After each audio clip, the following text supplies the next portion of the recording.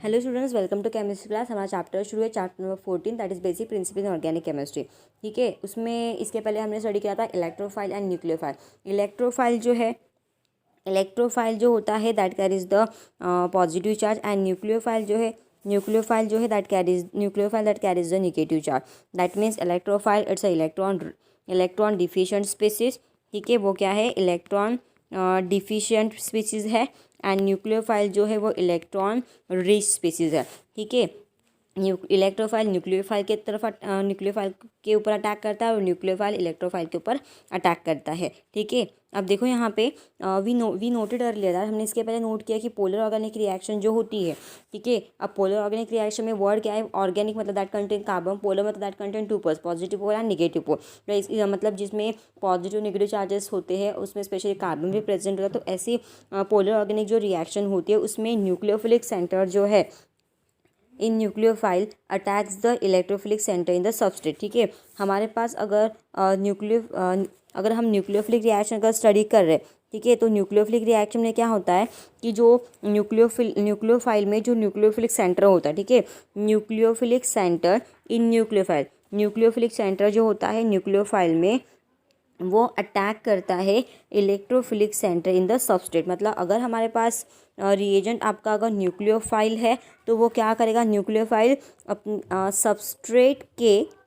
Substrate जो है उसके इलेक्ट्रोफिलिक सेंटर को क्या करेगा, अटैक करेगा। ठीक है, समझ में आया। न्यूक्लियोफाइल जो है, अब न्यूक्लियोफाइल जो रहेगा उसमें न्यूक्लियोफाइल के अंदर अगर न्यूक्लियोफाइल पॉलीएटॉमिक अगर है तो उस मतलब मॉलिक्यूल अगर पॉलीएटॉमिक है तो उसमें से कोई भी एक एटम न्यूक्लियोफिलिक सेंटर रहेगा। और वो न्यूक्लियोफिलिक सेंटर जो है जब आप उसको सबस्ट्रेट के साथ रिएक्ट करोगे तो न्यूक्लियोफाइल में से जो न्यूक्लियोफिलिक सेंटर, अब न्यूक्लियोफाइल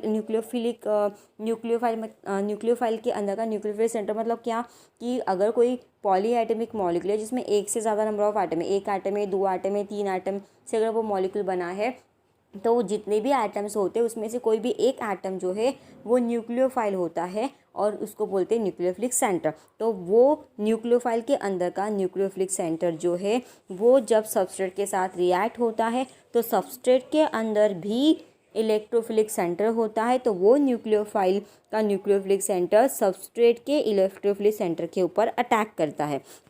ठीक है, तो उसमें देखो क्या दिया अभी यहाँ पे So nucleophilic center in the nucleophile attacks the electrophilic center in the substrate, whereas the electrophilic center in electrophile। ठीक है, अब रिवर्स केस बोला है कि इलेक्ट्रोफिलिक सेंटर कहाँ का, इलेक्ट्रोफाइल में का। ठीक है, इलेक्ट्रोफाइल का इलेक्ट्रोफिलिक सेंटर जो है वो किसके ऊपर अटैक करेगा, सबस्ट्रेट के अंदर जो न्यूक्लियोफिलिक सेंटर है उसके ऊपर ये इलेक्ट्रोफिलिक सेंटर क्या करेगा, अटैक करेगा।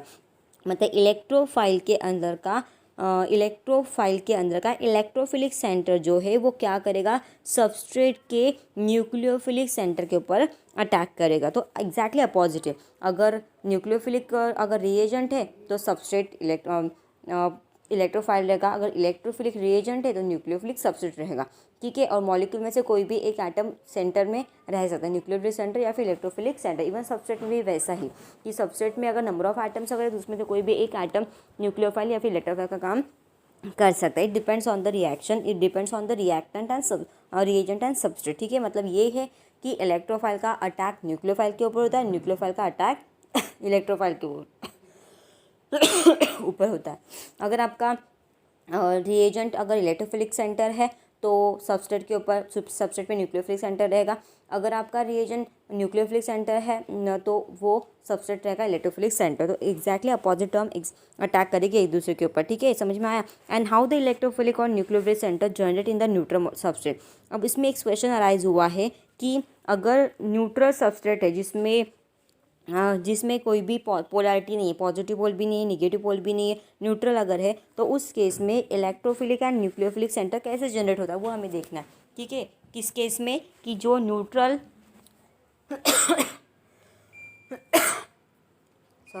जो न्यूक्लियोफिलिक सेंटर है उस न्यूक्लियोफिलिक सेंटर में इलेक्ट्रोफिलिक और न्यूक्लियोफाइल जो है, मतलब इलेक्ट्रोफाइल और nucleophilic centre generate in the neutral substrate. अब न्यूट्रल सबस्ट्रेट में इलेक्ट्रोफिलिक या फिर न्यूक्लियोफिलिक सेंटर कैसे जनरेट होता है वो हमें स्टडी करना है। And this happens because of the displacement of valence electron. Electrophilic और न्यूक्लियोफिलिक जो सेंटर है वो इलेक्ट्रोफिलिक और न्यूक्लियोफिलिक सेंटर न्यूट्रल सबस्ट्रेट में कैसे जनरेट होता है, तो this happens because of displacement of valence electron within some organic molecule which result in their polarization. क्या होता है कि जो ऑर्गेनिक मॉलिक्यूल होता है उस ऑर्गेनिक मॉलिक्यूल में वैलेंस इलेक्ट्रॉन का डिस्प्लेसमेंट होता है। एक स्पीसीज से वो दूसरे स्पीसीज में वैलेंस इलेक्ट्रॉन जो है वो डिस्प्लेस किए जाते हैं, जिसके वजह से पोलराइजेशन होता है, positive pole and negative pole का फॉर्मेशन होता है, ठीक है। एंड दिस मतलब उसके वजह से फिर न्यूक्लियोफिलिक सेंटर और इलेक्ट्रोफिलिक सेंटर अपने न्यूट्रल सबस्ट्रेट में जनरेट होते हैं। मतलब न्यूट्रल मॉलिक्यूल है, न्यूट्रल सबस्ट्रेट है, तो उसमें वैलेंस इलेक्ट्रॉन का शिफ्टिंग करके इलेक्ट्रोफाइल और न्यूक्लियोफाइल को जनरेट किया जाता है।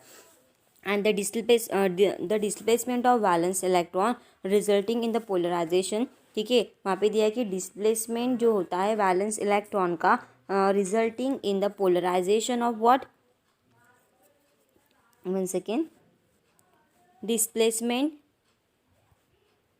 displacement of valence electron resulting in the polarization of an organic molecule is called as electronic effect। Valence electron का जो हम डिस्प्लेसमेंट करते हैं जिसकी वजह से पोलराइजेशन रिजल्ट होता है, ठीक है, ऑर्गेनिक मॉलिक्यूल में, उसको हम बोलते हैं इलेक्ट्रॉनिक इफेक्ट। तो electronic effect that occur in the ground state is a permanent effect. अगर इलेक्ट्रॉनिक इफेक्ट ग्राउंड स्टेट में अगर होता है तो उसको हम परमानेंट इफेक्ट बोलते हैं। And this take place due to influence of certain atom और सब्स्टिट्यूएंट और certain structural features present in the molecule. और ये जो परमानेंट इफेक्ट है वो ग्राउंड स्टेट में होता है। और ये परमानेंट इफेक्ट कब कैसे टेक प्लेस होता है और क्यों टेक प्लेस होता है, due to influence of certain atom और सब्स्टिट्यूएंट और certain structural feature present in the molecule. Molecule के अंदर कुछ सर्टेन एटम प्रेजेंट होते हैं उनके इन्फ्लुएंस की वजह से, या फिर कोई सब्स्टिट्यूएंट उसके अंदर प्रेजेंट होता है उसके इन्फ्लुएंस की वजह से, या फिर उसका कोई स्ट्रक्चरल फीचर अगर प्रेजेंट है तो उसके वजह से ये परमानेंट इलेक्ट्रॉनिक इफेक्ट हमें देखने को मिलता है, जो हमेशा ग्राउंड स्टेट में ही पॉसिबल होता है,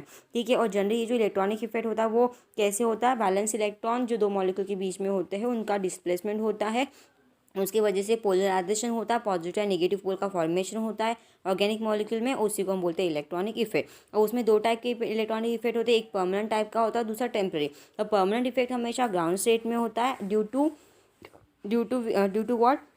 इन्फ्लुएंस ऑफ सर्टेन एटम, कुछ उसके अंदर जो एटम प्रेजेंट है उनका इन्फ्लुएंस रहेगा, या फिर कोई सब्स्टिट्यूएंट का इन्फ्लुएंस उसके ऊपर रहेगा, या फिर उसका स्ट्रक्चर फीचर जो रहेगा उसके वजह से भी वो मॉलिक्यूल परमानेंट इफेक्ट शो कर सकता है।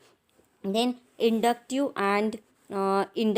and resonance effect are two examples of permanent electronic effect. Inductive effect और कौन सा, रेजोनेंस इफेक्ट, ये दो एग्जाम्पल है किसके, परमानेंट इलेक्ट्रॉनिक इफेक्ट के, ठीक है। तो inductive effect and resonance effect are two examples of permanent electronic effect, ठीक है। इलेक्ट्रॉनिक इफेक्ट के दो इम्पॉर्टेंट ये है, मतलब दो इम्पॉर्टेंट इलेक्ट्रॉनिक इफेक्ट होता है, एक इंडक्टिव इफेक्ट होता है, दूसरा रेजोनेंस इफेक्ट, ठीक है। कौन से दो इफेक्ट होते हैं, एक होता है इंडक्टिव इफेक्ट और दूसरा होता है रेजोनेंस इफेक्ट। इन दो इफेक्ट के वजह से मतलब ये दो इलेक्ट्रॉनिक इफेक्ट आपको as a permanent effect study करना है। कौन से दो effect, inductive effect and resonance effect, they are the permanent electronic effect, okay. Now next point देखो, ऑन द अदर हैंड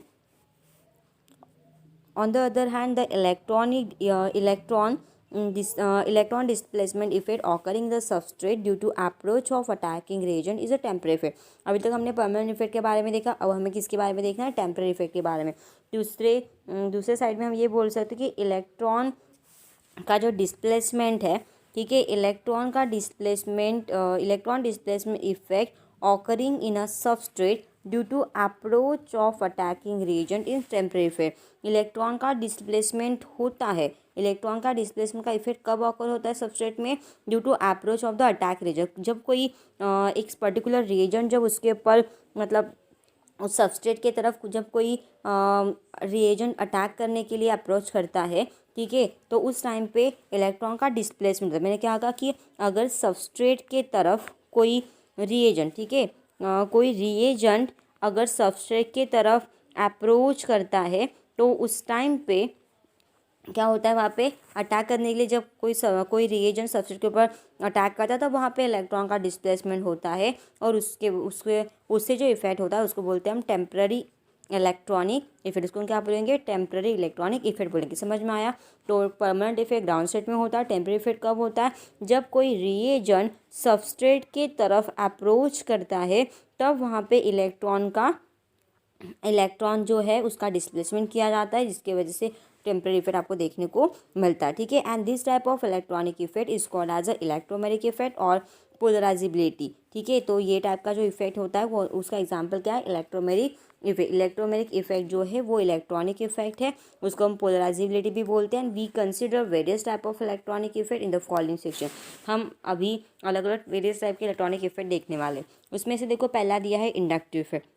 सबसे इंपॉर्टेंट चीज़, आई होप आपको दो टाइप के इलेक्ट्रॉनिक इफेक्ट समझ में आ गए। एक है परमानेंट इफेक्ट और दूसरा टेम्पररी इफेक्ट। परमानेंट इफेक्ट हमेशा ग्राउंड स्टेट में होता है, उसके दो टाइप से, inductive effect and resonance effect. और दूसरा है टेम्पररी इफेक्ट, जो कब होता है? जब कोई रिएजेंट सबस्ट्रेट के तरफ अप्रोच होता है, मतलब उसकी तरफ मूव होता है उसको अटैक करने के लिए, तब वहाँ पे इलेक्ट्रॉन का डिस्प्लेसमेंट होता है, तो उस इलेक्ट्रॉनिक इफेक्ट को हम बोलते हैं टेम्पररी इफेक्ट। उसमें टाइप आता है electromagnetic effect, that is nothing but the polarizability. Okay, अब हम वेरियस टाइप के इलेक्ट्रॉनिक इफेक्ट स्टडी करेंगे फॉलोइंग सेक्शन में।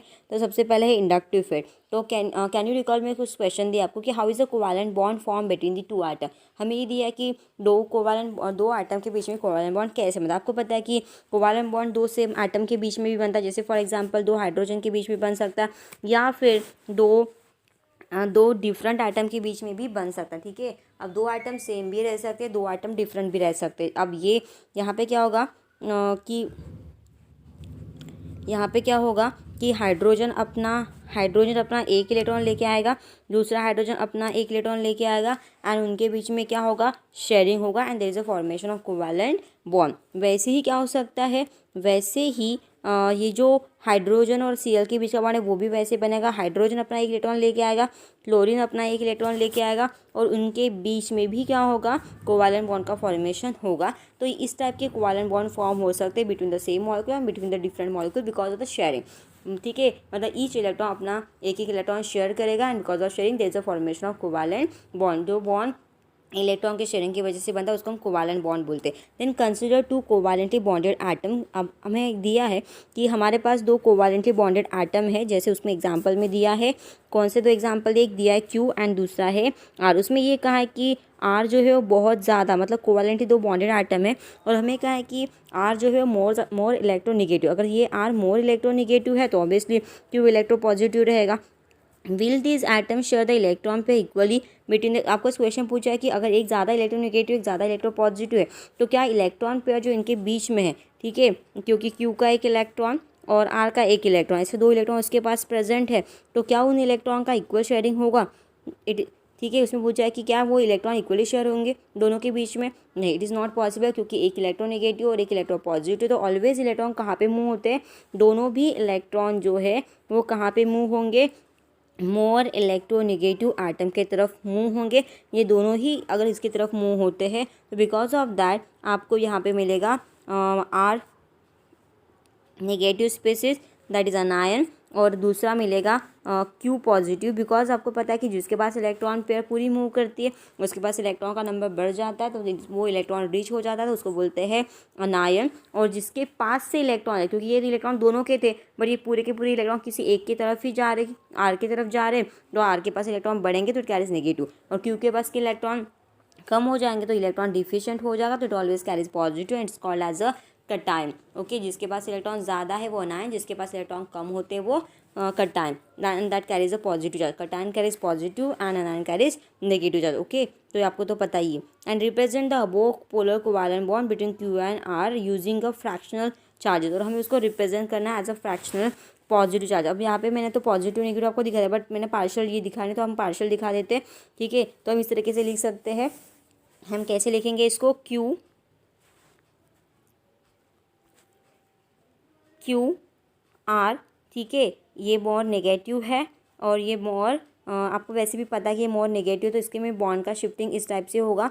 ये इसके दोनों इलेक्ट्रॉन यहाँ पे शिफ्ट हो गए, so what you get? We get Q del plus, and आपको प्लस में मिलेगा R डेल नेगेटिव, इस टाइप का आप चार्जेस दे सकते हो, ठीक है। तो ऐसे पार्शियल चार्जेस उसमें डेवलप होते हैं। देन देखो इसके बाद नेक्स्ट पॉइंट आपको क्या दिया है कि आपको दिया कि we are learn earlier that covalent bond between the two atom. हमने इससे पहले क्या देखा है कि जो कोवैलेंट बॉन्ड दो एटम के बीच में बनता है, we learn earlier that the covalent bond between the two atom differing in the electronegativity is a polar covalent bond. जब कोई दो एटम के बीच में कोवैलेंट बॉन्ड बनता है, ठीक है, वो भी कौन से दो एटम जिनके बीच में इलेक्ट्रोनेगेटिविटी का डिफरेंस है। जैसे फॉर एग्जांपल मैंने आपको कहा H और Cl, ये दोनों में इलेक्ट्रोनेगेटिविटी का डिफरेंस है। Cl ये बहुत ज़्यादा नेगेटिव होता है और हाइड्रोजन ये इलेक्ट्रोपॉजिटिव होता है। तो ऐसे दो एटम जिनके बीच में इलेक्ट्रोनेगेटिविटी का डिफरेंस है, इलेक्ट्रोनेगेटिव डिफरेंस है मतलब एक बहुत ज़्यादा इलेक्ट्रोनेगेटिव है, एक बहुत कम इलेक्ट्रोनेगेटिव है, मतलब कि एक इलेक्ट्रोनेगेटिव और एक इलेक्ट्रो पॉजिटिव है। इस टाइप का अगर दोनों के बीच में अगर डिफरेंस है तो वो जो कोवैलेंट बॉन्ड इनके बीच में बनता है वो उसको बोलते हैं polar covalent bond. And for example covalent bond between the carbon and more negative chlorine, हम उसका आपको एक एग्जांपल दिया है। कौन सा एग्जांपल दिया उसका, आपको इसका एग्जांपल दिया है more electronegative chlorine atom and carbon और क्लोरीन, इनके बीच का जो बॉन्ड होता है, कार्बन ये इलेक्ट्रोनेगेटिव है और क्लोरीन ये इलेक्ट्रोनेगेटिव है, कार्बन ये इलेक्ट्रोपॉजिटिव है। तो covalent bond between carbon and chlorine more electronegative chlorine is a polar covalent bond. ये भी बॉन्ड कैसा है, पोलर कोवैलेंट बॉन्ड है। And when organic molecule has a polar covalent bond, जब कोई ऑर्गेनिक मॉलिक्यूल में, और स्पेशली ऑर्गेनिक मॉलिक्यूल इसमें कार्बन तो रहेगा ही, when an organic molecule has a polar covalent bond in its structure, जब कोई भी ऑर्गेनिक मॉलिक्यूल में पोलर कोवैलेंट बॉन्ड है उसके स्ट्रक्चर में, तो polarity is induce in adjacent carbon single bond to, ठीक है। तो क्या होता है कि एडजेसेंट कार्बन में भी क्या होती है, पोलैरिटी इंड्यूस होती है, ठीक है। जब ऑर्गेनिक मॉलिक्यूल में पोलर कोवैलेंट अगर बॉन्ड है उसके स्ट्रक्चर में, तो उसमें भी पोलैरिटी इंड्यूस होती है, प्रोड्यूस होती है in adjacent carbon single bond to, ठीक है। कार्बन सिंगल बॉन्ड में भी पोलैरिटी प्रोड्यूस होते हैं। This is called as a inductive effect. अब वो एक्जैक्टली कैसे होगा उसको हम एग्जाम्पल के थ्रू पढ़ेंगे तो आपको इसकी डेफिनेशन क्लियर हो जाएगी, ठीक है। डेफिनेशन अभी थोड़ी दिमाग में नहीं होगी, बट यहाँ पे ये दिया कि जब कोई ऑर्गेनिक मॉलिक्यूल में पोलर कोवैलेंट बॉन्ड है उसके स्ट्रक्चर में, तो उसकी वजह से एडजेसेंट जो कार्बन क्लोरीन होता है सिंगल बॉन्ड, उसमें भी पोलैरिटी इंड्यूस होती है। अब ये कैसे होगा इसके लिए आपको एग्जांपल देखना है। देखो consider for example the chloroethane molecule. हमें कौन सा एग्जांपल कंसिडर करना है, क्लोरोइथेन मॉलिक्यूल का एग्जांपल कंसिडर करना है, ठीक है। उस क्लोरोइथेन के मॉलिक्यूल के इस क्लोरोइथेन मॉलिक्यूल के एग्जांपल में आपको CH2CH2Cl दिया है, इस मॉलिक्यूल में positive polarity is develop on a C2। इसमें क्या हो रहा है कि इस मॉलिक्यूल में पॉजिटिव पोलैरिटी डेवलप हो रही है। किसके ऊपर डेवलप हो रही है, C2 कार्बन के ऊपर पॉजिटिव पोलैरिटी डेवलप हो रही है, ठीक है, by the inductive effect of the Cl atom bonded to C1। किसके वजह से, इन दोनों के ये जो CH2Cl है इनकी पोलैरिटी के वजह से, क्योंकि ऑलरेडी ये पोलर है। अब ये पोलर क्यों है, क्योंकि क्लोरीन ये इलेक्ट्रोनेगेटिव है तो इसके ऊपर पार्शियल नेगेटिव चार्ज होता है, और अब इसके ऊपर पार्शियल नेगेटिव चार्ज है तो बाजू वाले कार्बन के ऊपर पार्शियल क्या रहेगा, पार्शियल पॉजिटिव चार्ज रहेगा, ओके। मतलब इस कार्बन के ऊपर क्या है, इस कार्बन के ऊपर पार्शियल पॉजिटिव चार्ज है, मतलब क्लोरीन के ऊपर पार्शियल नेगेटिव और बाजू वाले कार्बन के ऊपर पार्शियल पॉजिटिव चार्ज होता है, और उसके वजह से इन दोनों के पोलैरिटी के वजह से C2 कार्बन के ऊपर भी पोलैरिटी जनरेट होती है, ठीक है। तो समझ में आपको क्या कि इस मॉलिक्यूल में क्या होता है, इस मॉलिक्यूल में क्या होता है कि Cl जो है वो बहुत ज़्यादा इलेक्ट्रोनेगेटिव, ठीक है। Cl क्या है, अब मैं partial negative simple negative charge draw कर रही हूँ, बट आपको समझ में आया कि वो पार्शियल नेगेटिव चार्ज। क्लोरीन जो है वो इलेक्ट्रोनेगेटिव है तो उसके बाजू वाला कार्बन कैसे रहेगा, पॉजिटिव रहेगा। अब इन दोनों के पोलैरिटी के वजह से ये जो कार्बन है C2 कार्बन जो है वो भी क्या प्रोड्यूस करता है, इट प्रोड्यूस द पोलैरिटी। ये भी क्या करता है, पोलैरिटी को प्रोड्यूस करता है, इसके ऊपर भी पोलर चार्ज प्रोड्यूस होता है, ये भी पोलैरिटी शो होता है। अब ये ऐसा क्यों होगा इसके बारे में हमें स्टडी करना है, ठीक है। मतलब CH2Cl ये जो पोलर कोवैलेंट बॉन्ड है इनके पोलैरिटी के वजह से C2 कार्बन भी पोलराइज हो जाता है, वो भी पोलैरिटी प्रोड्यूस करता है, ठीक है। अब कैसे इंड्यूस करता है, ठीक है, किसके कौन से इफेक्ट की वजह से, इंडक्टिव इफेक्ट के वजह से C2 के ऊपर भी पोलैरिटी, पॉजिटिव पोलैरिटी डेवलप होती है। ठीक है, मतलब ये निगेटिव है, ये पॉजिटिव है, इन दोनों की पोलैरिटी की वजह से इसके ऊपर भी पॉजिटिव पोलैरिटी क्या होती है, जनरेट होती है। ठीक है, अब वो कैसी होगी, नॉर्मली कार्बन के बीच का बॉन्ड जो है would not be expected to a polar. Generally आपको पता होता है कि कार्बन के जो बीच का जो बॉन्ड होता है उसमें कभी भी पोलैरिटी प्रेजेंट, नॉर्मली प्रेजेंट नहीं रहती। ठीक है, normally the C2C1 bond would not be expected to be polar as it is a covalent bond between the two same atom of the element. ठीक है, इन दोनों की जनरली अगर देखा जाए तो इनमें पोलैरिटी कभी भी नहीं होती, क्योंकि कार्बन जो बॉन्ड है, फर्स्ट कार्बन और सेकेंड कार्बन, ये जो उनके बीच में बना हुआ जो कोवैलेंट बॉन्ड है वो दो सेम आटम के बीच में, उनके बीच में इलेक्ट्रोनेगेटिव डिफरेंस नहीं है, क्योंकि दोनों कार्बन सेम है। तो इसके वजह से इस नॉर्मली इस कार्बन कोवैलेंट बॉन्ड में कभी भी पोलैरिटी जनरेट नहीं होती है। बट अगर इनके साथ कोई भी एक कार्बन के पास अगर इलेक्ट्रोनेगेटिव आटम अगर प्रेजेंट है तो उसके वजह से, इस इलेक्ट्रोनेगेटिव आटम के वजह से क्या होता है, इनमें पोलैरिटी डेवलप हो जाती है। इनके पोलैरिटी की वजह से बाजू वाले कार्बन पे भी पोलैरिटी इंड्यूस होती है, वो भी पॉजिटिव पोलैरिटी इंड्यूस होती है। ठीक है, किसके वजह से, इंडक्टिव इफेक्ट के वजह से। ठीक है, तो इसके चार्जेस के वजह से बाजू वाले कार्बन पे भी चार्ज प्रोड्यूस होता है, मतलब इसके ऊपर भी इंडक्टिव इफेक्ट शो होता है, इसके ऊपर भी पोलैरिटी डेवलप होती है। ठीक है, अब देखो यहाँ पे yet this bond acquire some polarity. ठीक है, ये जो बॉन्ड है वो क्या एक्वायर करता है, सम पोलैरिटी एक्वायर करता है because of the presence of fluorine atom in a molecule. ठीक है, yet this bond acquire some polarity, ये जो बॉन्ड है ये बॉन्ड क्या करता है, पोलैरिटी को एक्वायर करता है because of the presence of fluorine atom. तो आपको पता है कि क्लोरीन ये बहुत ज़्यादा इलेक्ट्रोनेगेटिव होने की वजह से इसके ऊपर नेगेटिव चार्ज तो रहेगा, इसके ऊपर नेगेटिव होने की वजह से ये कार्बन पॉजिटिव रहेगा। तो इनमें क्या होता है कि क्लोरीन के इलेक्ट्रोनेगेटिविटी की वजह से कार्बन और क्लोरीन के बीच में पोलैरिटी जनरेट होती है। ठीक है, तो इसीलिए दिया कि क्लोरीन भी more electronegative then carbon, so Cl यहाँ पे बाय मिस्टेक C1 हुआ, तो एक Cl है और एक C1 है। ठीक है, तो C1Cl bond is a polar covalent bond, जो मैंने यहाँ पे ड्रॉ करके दिया है। Cl और कार्बन इनके बीच का बॉन्ड कैसा होता है, पोलर कोवैलेंट बॉन्ड होता है with a partial negative charge on the partial negative charge on the carbon, partial negative charge on the chlorine and partial positive charge on the carbon। इसकी वजह से इसके ऊपर क्या डेवलप होती है, पोलैरिटी डेवलप होती है, इसकी वजह से उसको बोलते हैं पोलर कोवैलेंट बॉन्ड। ठीक है, और उसमें इक्वल चार्जेस डेवलप होते हैं। ठीक है, as the C1 is further bonded to, पर आपको ये पता है कि अपने मॉलिक्यूल में क्या है, अपने मॉलिक्यूल में ये जो आपका मॉलिक्यूल है, इस मॉलिक्यूल में उस कार्बन के साथ, मतलब उसके अलावा Cl तो इस कार्बन के साथ प्रेजेंट है बट अटैच है, इसके साथ साथ ये वाला कार्बन इस कार्बन के साथ भी अटैच है। ठीक है, मतलब C1 कार्बन C2 के साथ भी अटैच है। ठीक है, तो ये this bond acquire some polarity because of the presence of chlorine atom in a molecule, chlorine being more electronegative than carbon, so Cl और कार्बन के बीच का बॉन्ड पोलर कोवैलेंट बॉन्ड है with a partial negative charge on the carbon and equal amount of partial charge on the C1। ठीक है, and as the C1 is further bonded to C2, C1 ये C2 को further bonded है। ठीक है, as the C1 is further bonded to C2, the positive polarity of C1 pulls the shared pair of electrons of the C2C1 bond. मतलब क्या होता है कि ये इलेक्ट्रोनेगेटिव होता है, इसके वजह से ये पूरे के पूरे इलेक्ट्रॉन क्लोरीन अपने तरफ मूव करता है, और क्लोरीन ने अपने पूरे बॉन्ड के अंदर के पूरे इलेक्ट्रॉन अगर अपने पास ले लिए तो ये कार्बन क्या हो जाएगा, ये कार्बन के पास के इलेक्ट्रॉन कम हो जाएंगे, इसकी वजह से इसका बाजू वाले कार्बन के ऊपर पॉजिटिव चार्ज डेवलप होगा।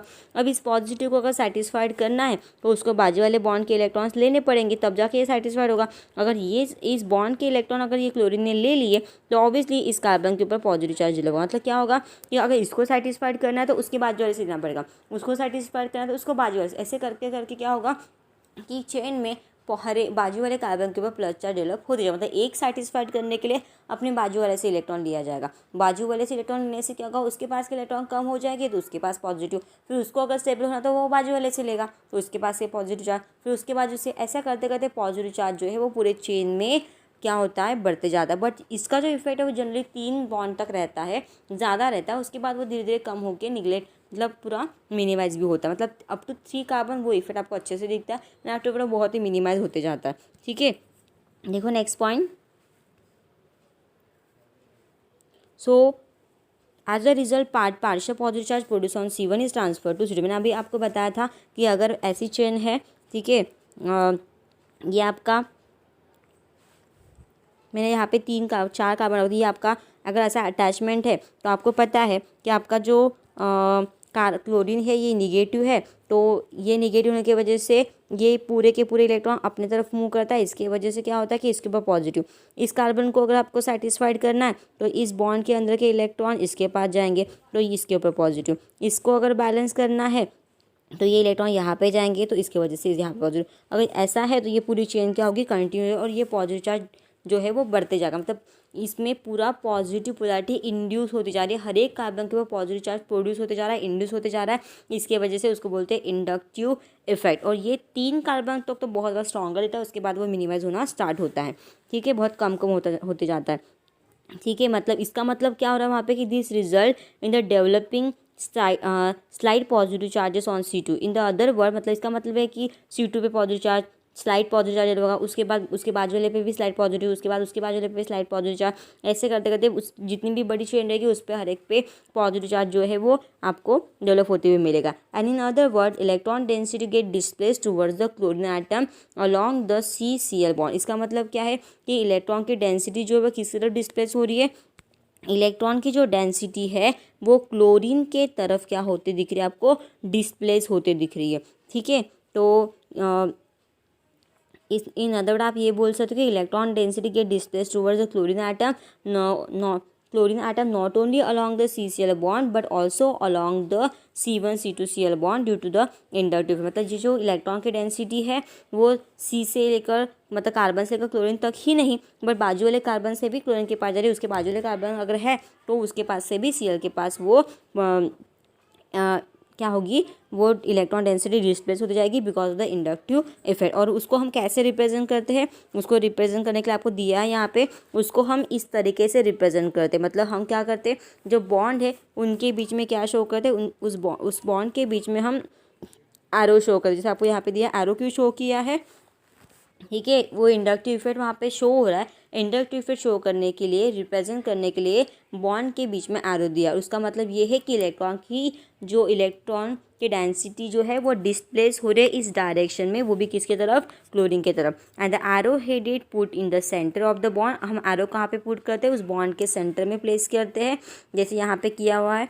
ठीक है, बॉन्ड एरो हम हेड करते in the centre of the bond is use to represent the inductive effect. वो जो एरो उसके बीच में ड्रॉ किया, ये एरो हमें क्या बताता है, ये एरो हमें बता कि there is a inductive effect, वहाँ पे इंडक्टिव इफेक्ट होता है, ये हमें बताता है। And the direction of the arrow head indicate the direction of permanent electron displacement take place along the sigma bond in ground state. और ये जो एरो का जो हेड है, ठीक है, direction of arrow head indicate, वो जो डायरेक्शन है एरो के हेड का वो हमें क्या इंडिकेट करता है कि there is a direction of permanent electron displacement, मतलब वहाँ पे इलेक्ट्रॉन का क्या हो रहा है, परमानेंट डिस्प्लेसमेंट टेक प्लेस हो रहा है, वो भी अलॉन्ग द सिग्मा बॉन्ड, क्योंकि बॉन्ड तो सभी सिग्मा ही है, तो सिग्मा बॉन्ड के अलॉन्ग में परमानेंट इलेक्ट्रॉन का डिस्प्लेसमेंट हो रहा है इन अ ग्राउंड से। मतलब ये इंडक्टिव इफेक्ट कैसा है, परमानेंट इफेक्ट है।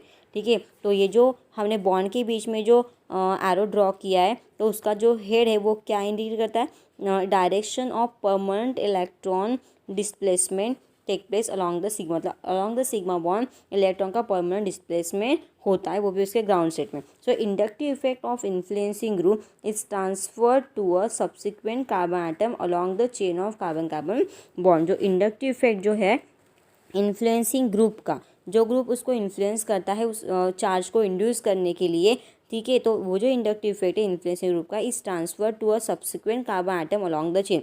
मतलब क्लोरीन, जैसे मैंने अभी इसके पहले जो एग्जांपल बताया था आपको, जैसे नीचे भी दिया हुआ, तो इस एग्जांपल में क्लोरीन ये कौन सा ग्रुप हो गया, इन्फ्लुएंसिंग ग्रुप हो गया। और ये इन्फ्लुएंसिंग ग्रुप क्या करता है कि पॉजिटिव पोलैरिटी पूरे चेन में वन बाय वन क्या होता है, इंड्यूस करते जाता है। ठीक है, तो ये जो चार्ज है पॉजिटिव चार्ज, वो पॉजिटिव चार्ज हर एक कार्बन चेन के कार्बन के ऊपर डेवलप होते हुए मिलता है।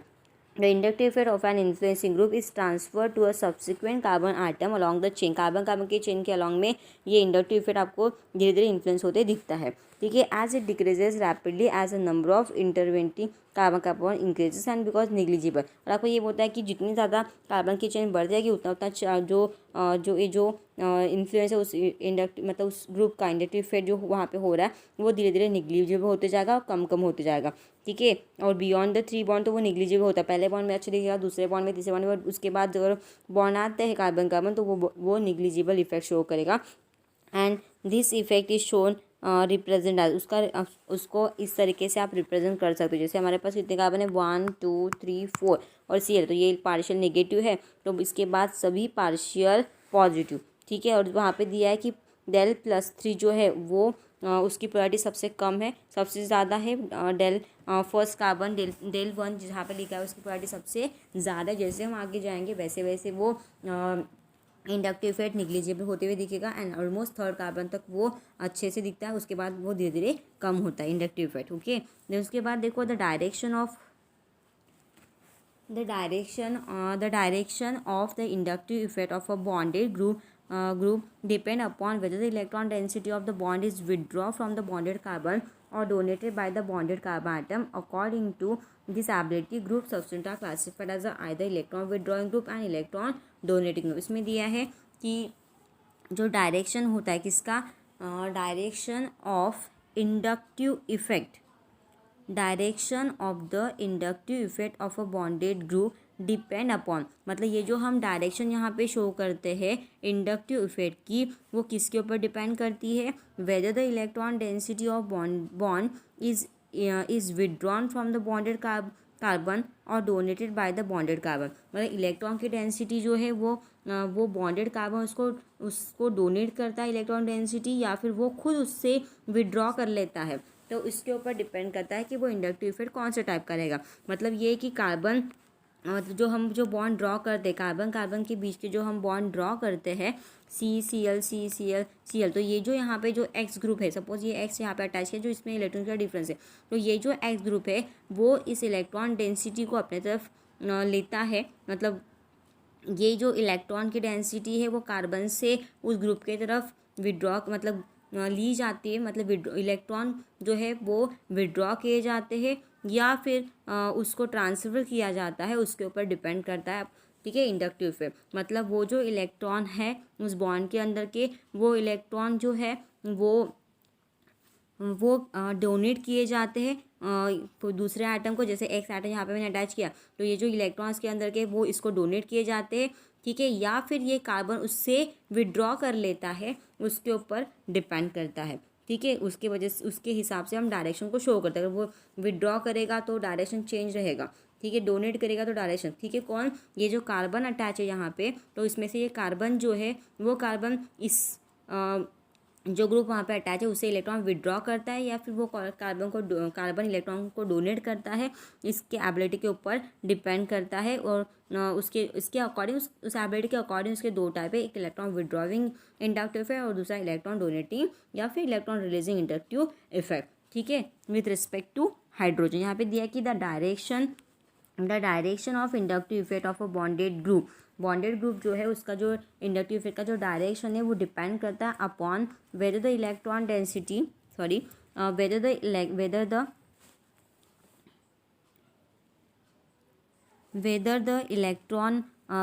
Electron density of the bond is withdraw from the bonded carbon से वो इलेक्ट्रॉन की डेंसिटी विड्रॉ की जाती है या फिर वो डोनेट किए जाते हैं बाय द बॉन्डेड कार्बन एक तो इलेक्ट्रॉन डेंसिटी को खुद विड्रॉ कर लेगा या फिर वो इलेक्ट्रॉन डेंसिटी को डोनेट कर देगा. उसके एबिलिटी के बेसिस पे सब्स्टिट्यूएंट को हम क्लासीफाई करते हैं either electron withdrawing that is accepting या फिर electron donating that is releasing group with respect to hydrogen, ठीक है. And in the above example में इलेक्ट्रॉन का जो डिस्प्लेसमेंट है वो इलेक्ट्रॉन का डिस्प्लेसमेंट टेक प्लेस होता है towards the fluorine. In above example मतलब जो ऊपर जो एग्जाम्पल दिया ये वाला एग्जाम्पल, उस एग्जाम्पल में क्या होता है कि इन अबो एग्जाम्पल में इलेक्ट्रॉन का डिस्प्लेसमेंट टेक्स प्लेस होता है किसके तरफ, क्लोरीन की तरफ, क्योंकि ये जो चार्ज है वो, ये जो एरो यहाँ पे शो है वो यहाँ पे है, यहाँ इस तरफ जा रहा है। इसका मतलब क्या होगा कि ये इसके अंदर के जो इलेक्ट्रॉन्स है वो क्लोरीन की तरफ डिस्प्लेस हो रहे हैं। मतलब यहाँ पे ये कार्बन क्या कर रहा है, इलेक्ट्रॉन को क्या कर रहा है, डोनेट कर रहा है। इलेक्ट्रॉन डेंसिटी कार्बन से क्लोरीन पे डिस्प्लेस हो रही है, मतलब बॉन्ड के इलेक्ट्रॉन कार्बन से क्लोरीन की तरफ जा रहे। इसका मतलब कार्बन इलेक्ट्रॉन क्या कर रहा है, डोनेट कर रहा है। इसका मतलब यहाँ पे इफेक्ट कौन सा रहना चाहिए, इलेक्ट्रॉन डोनेटिंग और इलेक्ट्रॉन, उसको रिलीजिंग भी बोलते हैं, इलेक्ट्रॉन रिलीजिंग इंडक्टिव इफेक्ट बोलते हैं, ठीक है। या फिर अगर एरो का डायरेक्शन अगर अपोजिट होता, कार्बन की तरफ अगर वो जाता, तो उसका मतलब क्या है कि वो इलेक्ट्रॉन एक्सेप्टिंग ग्रुप है, मतलब that shows a electron electron withdrawing inductive वो शो करता है, ठीक है। तो in above example electron displacement take place towards the chlorine, this means that the chlorine withdraw the electron density from the carbon chain. Chlorine क्या करता है, electron density को अपनी तरफ विड्रॉ कर लेता है कार्बन से, एंड इज इलेक्ट्रॉन विड्रॉइंग, वो क्या होता है, इलेक्ट्रॉन विड्रॉइंग, मतलब क्लोरीन इलेक्ट्रॉन को विड्रॉ कर लेता है, इसकी वजह से उसको बोलते हैं इलेक्ट्रॉन विड्रॉविंग, ठीक है। And chlorine is said to exert an electron withdrawing inductive effect और निगेटिव इंडक्टिव इफेक्ट। क्लोरीन जो है वो बॉन्ड के इलेक्ट्रॉन अपनी तरफ ले लेता है, इसकी वजह से वहाँ पे इफेक्ट कौन सा होता है, इलेक्ट्रॉन विड्रॉविंग इंडक्टिव इफेक्ट, ठीक है। और इलेक्ट्रॉन इंडक्टिव इफेक्ट कैसा है, निगेटिव इंडक्टिव इफेक्ट है, क्योंकि वो बॉन्ड के इलेक्ट्रॉन अपनी तरफ खींच लेता है, इसकी वजह से वो निगेटिव इंडक्टिव इफेक्ट शो करता है। समझ में आया, क्लोरीन इलेक्ट्रोनिगेटिव है तो वो इलेक्ट्रॉन की डेंसिटी किस तरफ अट्रैक्ट होती है, Cl की तरफ। इसका मतलब Cl जो है वो इलेक्ट्रॉन क्या करता है, विड्रॉ कर लेता है, ठीक है। और कार्बन अपने इलेक्ट्रॉन डोनेट कर देता है। तो मैंने इसके पहले कहा था कि वो इलेक्ट्रॉन डोनेटिंग इफेक्ट नहीं है, एक्चुअली जो सब्स्टिट्यूएंट वहाँ पे अटैच है वो सब्स्टिट्यूएंट बॉन्ड के इलेक्ट्रॉन अपनी तरफ एक्सेप्ट करता है, अट्रैक्ट करता है, ठीक है। मतलब वो बॉन्ड से इलेक्ट्रॉन अपनी तरफ ले लेता है, इसके वजह से वहाँ पे विड्रॉविंग इफेक्ट होता है, इलेक्ट्रॉन Cl इलेक्ट्रॉन विड्रॉ कर लेता है, इसलिए इट शोज है इलेक्ट्रॉन विड्रॉविंग इंडक्टिव है, that means negative I effect, ठीक है। And on the chlorine is said to exert electron. इसका मतलब क्या है कि क्लोरीन क्या एक्सर्ट करता है, क्लोरीन अगर अटैच है अपने कार्बन के चेन में, तो chlorine is said to exert an electron withdrawing inductive effect और निगेटिव इंडक्टिव इफेक्ट, वो निगेटिव इंडक्टिव शो करता है on the carbon chain. Then some other group having negative inductive effect, कौन से ऐसे ग्रुप है जो निगेटिव इंडक्टिव शो कर सकते हैं, एक है नाइट्रो NO2 ग्रुप, दूसरा cyano COH, ester carboxy OAI, मतलब अरिलॉक्सी। ये जो ग्रुप है ये सब, अगर ये ग्रुप अगर आपके कार्बन के चेन के एंडिंग में प्रेजेंट है, तो ये सारे ग्रुप जो है वो इलेक्ट्रॉन विड्रॉ कर लेते। कौन सा, NO2 group, cyanide group, COH group, ester group, alkoxy group, ये क्या है, इलेक्ट्रॉन विड्रॉ करने वाले ग्रुप है। अगर वो इलेक्ट्रॉन विड्रॉविंग ग्रुप अगर कार्बन चेन को अटैच है, दैट शोज है electron withdrawing inductive effect, that is negative I effect, okay. And now last point is that, last point आपको क्या दिया है कि ये हो गया आपका निगेटिव इंडक्टिव इफेक्ट। अब हम देखते हैं पॉजिटिव इंडक्टिव इफेक्ट के बारे में कि on the other hand alkyl group, one second, on the other hand alkyl group that is CH3, यहाँ पे दिया है कि on the other hand alkyl group that is CH3 CH2 CH3 are considered as a group exerting electron releasing inductive effect. ये क्या होता है कि जनरली अल्किल ग्रुप क्या होते हैं, क्या होते हैं, वो रिलीजिंग ग्रुप होते हैं, वो हमेशा अल्किल ग्रुप जो है मतलब CH3 है, C2H5, ये जो अल्किल ग्रुप होते हैं वो इलेक्ट्रॉन रिलीज होते हैं, वो हमेशा इलेक्ट्रॉन रिलीज़ करते हैं, ठीक है। अगर हमारी पूरी चेन कार्बन से बनी है, जैसे CH3 CH2 और CH3, अगर ऐसा आपके पास कंपाउंड है, तो इसमें जो अल्किल ग्रुप है are consider as a group exerting electron release, ये इलेक्ट्रॉन रिलीज, मतलब ये बॉन्ड यहाँ पे क्या होगा कि ये बॉन्ड जो है वो इलेक्ट्रॉन, अब इलेक्ट्रॉन रिलीजिंग इंडक्टिव फिर मतलब क्या कि अल्किल ग्रुप क्या करते हैं, इलेक्ट्रॉन रिलीजिंग, वो इलेक्ट्रॉन रिलीज करते हैं। जैसे ये यहाँ पे CH3 प्रेजेंट है, तो ये CH3 क्या करेगा, यहाँ पे ये CH3 इलेक्ट्रॉन रिलीज कर देगा। अगर ये इसने इलेक्ट्रॉन रिलीज कर दिए तो ये इंडक्टिव फिर इस तरफ जाएगा, ये अगर इलेक्ट्रॉन रिलीज हो गया तो ये इस तरफ, इस डायरेक्शन में जाएगा, फिर ये ये इलेक्ट्रॉन रिलीज करेगा, फिर ये वाला उसके बाद जो इलेक्ट्रॉन रिलीज करेगा, ये उसके बाद जो इलेक्ट्रॉन रिलीज करेगा। इसका मतलब वहाँ पे क्या होगा, इलेक्ट्रॉन रिलीजिंग इंडक्टिव इफेक्ट होगा, that is a positive I effect on the carbon chain. Positive I effect होगा कार्बन चेन के ऊपर। समझ में आया? अब ये इलेक्ट्रॉन रिलीज करेगा तो इसके पास इलेक्ट्रॉन की डेंसिटी बढ़ जाएगी। इस तरीके से वहाँ पे आपको याद रखना है, ठीक है। तो इस तरीके से आपको याद रखना है कि अगर अल्की रूप अगर कार्बन कार्बन के चेन में अटैच है तो वो electron releasing inductive effect show करते हैं। वो इलेक्ट्रॉन क्या करते हैं, रिलीज़ कर देते हैं। और इलेक्ट्रॉन रिलीज़ करने की वजह से फिर एक के पास इलेक्ट्रॉन ज़्यादा होते हैं, फिर उसके पास वो आगे वाले को देता है, फिर आगे वाला उसके आगे, ऐसे करते करते वहाँ पे कौन सा इफेक्ट था, positive inductive effect, that is called a electron releasing inductive effect. उसमें क्या होता है, इलेक्ट्रॉन रिलीजिंग इंडक्टिव इफेक्ट होता है, ठीक है। मतलब डायरेक्शन जो है उसकी अपोजिट हो जाती है, मतलब उसमें भी पोलैरिटी डेवलप होती है, positive pole negative pole develop होता है, बट इंडक्टिव इफेक्ट का जो एरो है वो अपोजिट रहता है, ठीक है। क्लियर हो गया? जैसे आपको दिया है problem number 14.7, which of the CH3 CH2 Cl2 and CH3 is expected to have a stronger negative. तो ये आपको थोड़ा प्रिपेयर करना है। तो मैं अभी आपका ये टॉपिक खत्म हो गया, दो टाइप भी खत्म हो गए, positive inductive effect and negative inductive effect. तो डिपेंड करता है कि आपके कार्बन चेन में कौन सा एक सब्सटेंस अटैच है, जो मतलब जो वहाँ पे कार्बन कार्बन चेन को सब्सटेंस अटैच है वो इलेक्ट्रॉन विड्रॉ करता है या फिर इलेक्ट्रॉन रिलीज करता है। अगर वो इलेक्ट्रॉन विड्रॉ कर लेता है बॉन्ड में से, अपने तरफ इलेक्ट्रॉन अगर देता है तो वहाँ पे क्या होता है, इलेक्ट्रॉन अपने तरफ लेने के वजह से जो बॉन्ड का जो डायरेक्शन है वो इलेक्ट्रॉन का डिस्प्लेसमेंट का डायरेक्शन क्लोरीन मतलब उस आइटम की तरफ होता है, उसकी वजह से उसको बोलते हैं नेगेटिव इंडक्टिव इफेक्ट। लेकिन अगर वो डायरेक्शन अगर कार्बन की चेन की तरफ अगर है, ये कब होगा, जब आइटम जो उसको अटैच है वो इलेक्ट्रॉन रिलीजिंग है, वो इलेक्ट्रॉन रिलीज करता है तो आर का डायरेक्शन कार्बन के चेन की तरफ रहेगा, ठीक है। मतलब इलेक्ट्रॉन वो ग्रुप जो अटैच है वो इलेक्ट्रॉन रिलीज करते जाएगा और बाजू वाले कार्बन उस इलेक्ट्रॉन को अपने तरफ क्या करते जाएंगे, इलेक्ट्रॉन अपनी तरफ खींचते जाएंगे, ठीक है। इसकी वजह से आरो उसका चेंज होगा, that is a electron releasing inductive. फिर वहाँ पे भी चार्जेस डेवलप होंगे, बट वहाँ पे रहेगा नेगेटिव इंडक्टिव वहाँ पे रहेगा positive inductive effect, that is electron releasing group, ठीक है। तो इस तरीके से आपका इंडक्टिव इफेक्ट खत्म हो गया, ठीक है। इसके बाद का टॉपिक हम नेक्स्ट लेक्चर में देखेंगे। Thank you so much.